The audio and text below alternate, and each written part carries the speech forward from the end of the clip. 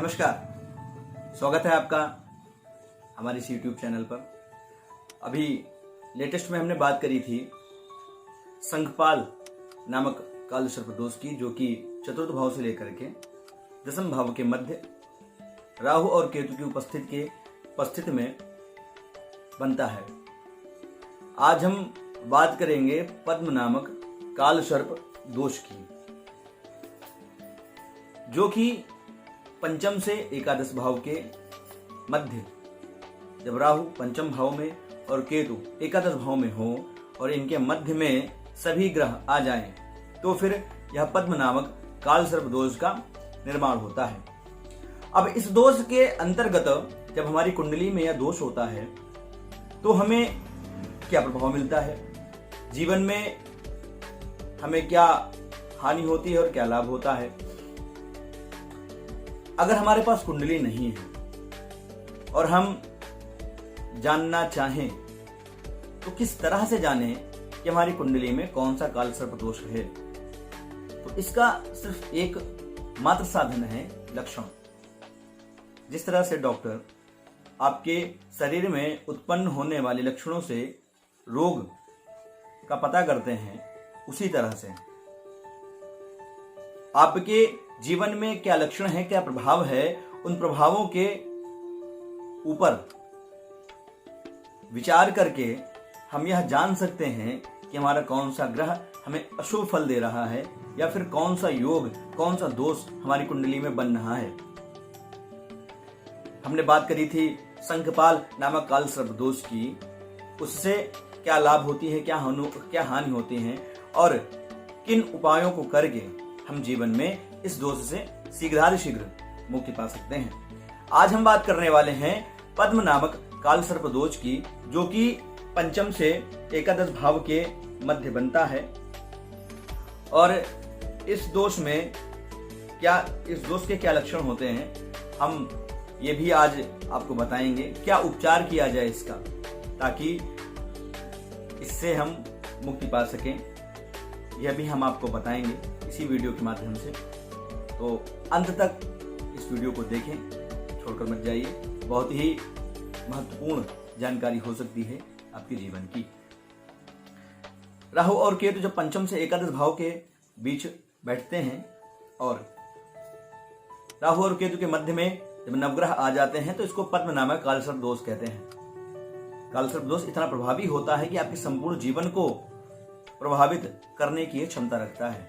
और एक बार जब इस दोष से आप प्रभावित हो गए, चाहकर भी आप इस दोष के प्रभाव से मुक्त नहीं हो पाएंगे जब तक सही दवा ना करें। जिस तरह से सही रोग के लिए, कोई भी रोग हो उसके लिए सही दवा चाहिए, सही उपचार चाहिए, उसी तरह से जो दोष है उस दोष का भी सही उपचार हो, ये भी बहुत ही महत्वपूर्ण है। तो चलिए बात करते हैं पद्म नामक काल सर्प दोष की। पंचम से एकादश, पंचम भाव आपके विद्या धन का, आपके प्रेम का, आपके पेट के इस हिस्से का, पेट के हिस्से का, आपके मस्तिष्क का, आपकी बुद्धि का, आपकी संतान का, पुत्र का, जीवन में कितने पुत्र होंगे, कितनी पुत्रियां होंगी, हम पंचम भाव का विश्लेषण करके यह जानकारी प्राप्त कर सकते हैं। हमारी प्रारंभिक शिक्षा कैसी होगी, यह भी हमारा पंचम भाव दर्शाता है। हम कितनी बुद्धि के साथ, हमारे पास कितनी बुद्धि है, या किसी बच्चे का कितना तेज दिमाग है, उसके विचार कैसे हैं, उसकी बुद्धि किस तरह से काम करती है, यह भी हम पंचम भाव से विचार करते हैं। आपका प्रेम संबंध कितना चलता है, कितना चलेगा, या किससे चल रहा है, या कब टूटेगा। प्रेम संबंध से संबंधित समस्त प्रकार की जानकारी, समस्त प्रकार का विश्लेषण हम पंचम भाव से करते हैं। सप्तम भाव से जीवन साथी का करते हैं। पर अगर हम किसी से प्रेम करते हैं, ये विवाह के पहले का प्रश्न है, विवाह के पहले जब हम किसी से प्रेम करते हैं तो फिर पंचम और सप्तम की स्थिति को देखते हैं। तो प्रेम संबंध का अगर हम विचार करेंगे तो पंचम भाव से कितना महत्वपूर्ण भाव है आपकी प्रारंभिक शिक्षा। जिस व्यक्ति की प्रारंभिक शिक्षा प्रभावित हो जाए तो व्यक्ति के जीवन में अनेक कठिनाइयां उसका इंतजार करती हैं आगे भविष्य में। और दूसरा भाव एकादश भाव, हमारी आमदनी का भाव, हमारे जीवन में पैसा कहाँ से आता है। प्रोफेशन मस्ट है, प्रोफेशन जरूरी है। एकादश भाव, हम पैसा किन माध्यम से कमाते हैं, किसी अच्छी तरीके से कमाते हैं, गलत तरीके से कमाते हैं, यह हम भाव एकादश से करते हैं, यह विचार एकादश भाव से हम करते हैं। हमारे जीवन में हम कितना धन कमाएंगे, धन संचित कितना करते हो तो द्वितीय भाव हो गया आपका, पर जीवन में कितना धन आएगा हमारे पास, कितनी मात्रा में आएगा, किस तरह का धन आएगा, यह हम विचार एकादश भाव से करते हैं। आपकी पुत्र वधू कैसी होगी, मतलब आपके लड़के की वाइफ, मतलब आपकी पुत्र वधू कैसी होगी, इसका भी विचार हम एकादश भाव से करते हैं। क्योंकि पंचम से सप्तम हुआ आपका एकादश भाव, तो पंचम भाव आपके पुत्र का हुआ, तो पंचम से सातवां हुआ आपके पुत्र की पत्नी का, अर्थात आपकी पुत्रवधू का। तो उससे आपके संबंध कैसे होंगे, या पुत्रवधू के आने के बाद आपके पुत्र की स्थितियां कैसी होंगी, आपका पुत्र जीवन में कितनी स्थितियों को, कितनी व्यवस्थाओं को प्राप्त करेगा, या पुत्र के बाद आपके जीवन में कठिनाइयां उत्पन्न होंगी, या फिर और ज्यादा आप ऊपर बढ़ेंगे सफलता की ओर, यह भी हम पंचम और सप्तम से आसानी से विचार कर सकते हैं। अब अगर इस दोष के चलते आप जीवन में चाहे जितने भी काम कर लें पर नहीं कर पाएंगे, क्योंकि कहीं ना कहीं आप बढ़ते हैं तो आपको पीछे खींच लिया जाता है। यह दोष, इस दोष का प्रभाव है आपके जीवन में। तो अगर आपके पुत्र की कुंडली में या आपकी कुंडली में ऐसी कुछ स्थितियां हैं, ऐसे प्रभाव दिखते हैं, आमदनी, एकादश भाव आपकी आमदनी का हुआ, तो आमदनी ना होना मतलब आप पैसा ना कमा पाना, या पैसा कमाना तो पर किसी गलत तरीके से कमाना, किसी गलत जगह से पैसा आना, या पैसा आता तो है पर वो सही काम पर लग नहीं पाता, आपका पैसा आने के बाद भी वो कहीं ना कहीं बीमारियों पर या घर के अनेक चीजों पर खर्च हो जाता है और बदले में वो आखिरी में शून्य ही बचता है, तो कहीं ना कहीं एकादश भाव आपका प्रभावित है। आपके पुत्र के पश्चात आपका पुत्र हुआ, उसके बाद आपकी स्थितियां अच्छी होने लगी, तो कहीं ना कहीं आपका पंचम भाव अच्छा है, और कहीं ना कहीं आपके पुत्र होने के बाद आपकी स्थितियां दिन पर दिन धीरे धीरे डाउन होती गई, तो कहीं ना कहीं पंचम भाव आपको प्रभावित है।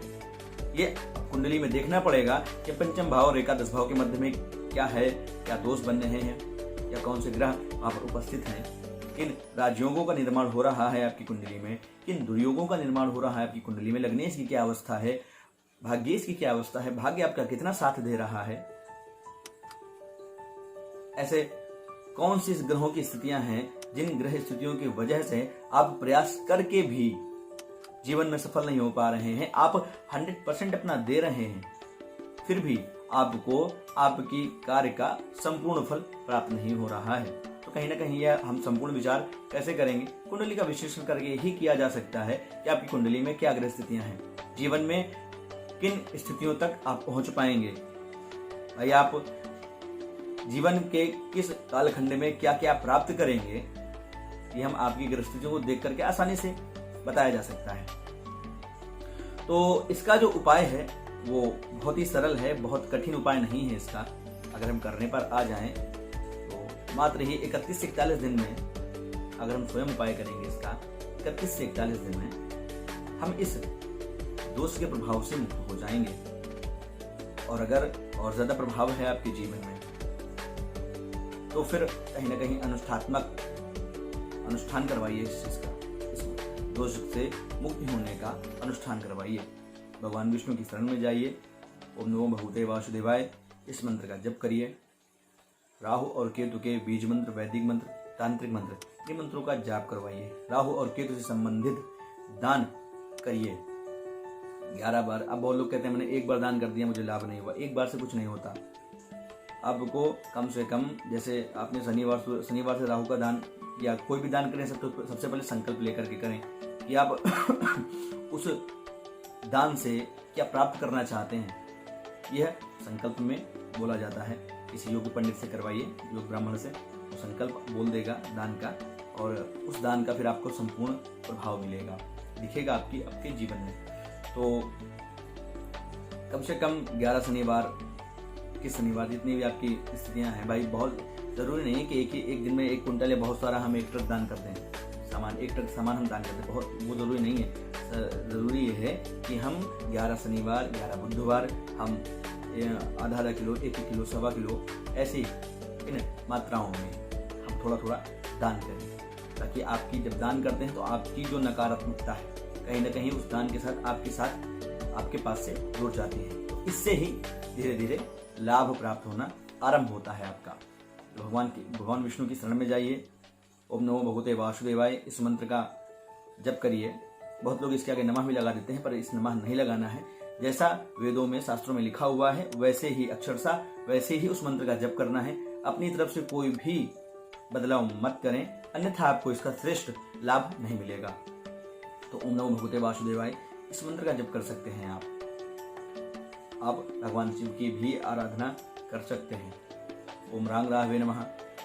ओम कया नक्षत्रा भूति सदा वधा सखा गया सचिष्टया व्रता, इस मंत्र का, ये राहु का वैदिक मंत्र है, इस मंत्र का भी आप जप कर सकते हैं, करा सकते हैं। ओम कें केतवे नमः, इस मंत्र का भी आप जप कर सकते हैं, इससे भी आपको लाभ मिलेगा। तो इन उपायों को करके आप जीवन में बहुत ही जल्दी इस दोष के प्रभाव से मुक्ति पा सकते हैं। आज हमने बात करी पद्म नामक काल सर्प दोष की। बहुत जल्द हम अन्य जो छठा काल सर्प दोष है उस विषय पर बहुत जल्द हम चर्चा करेंगे, लक्षण जानेंगे और उपाय भी जानेंगे। तब तक के लिए आज्ञा चाहता हूँ। नमस्कार।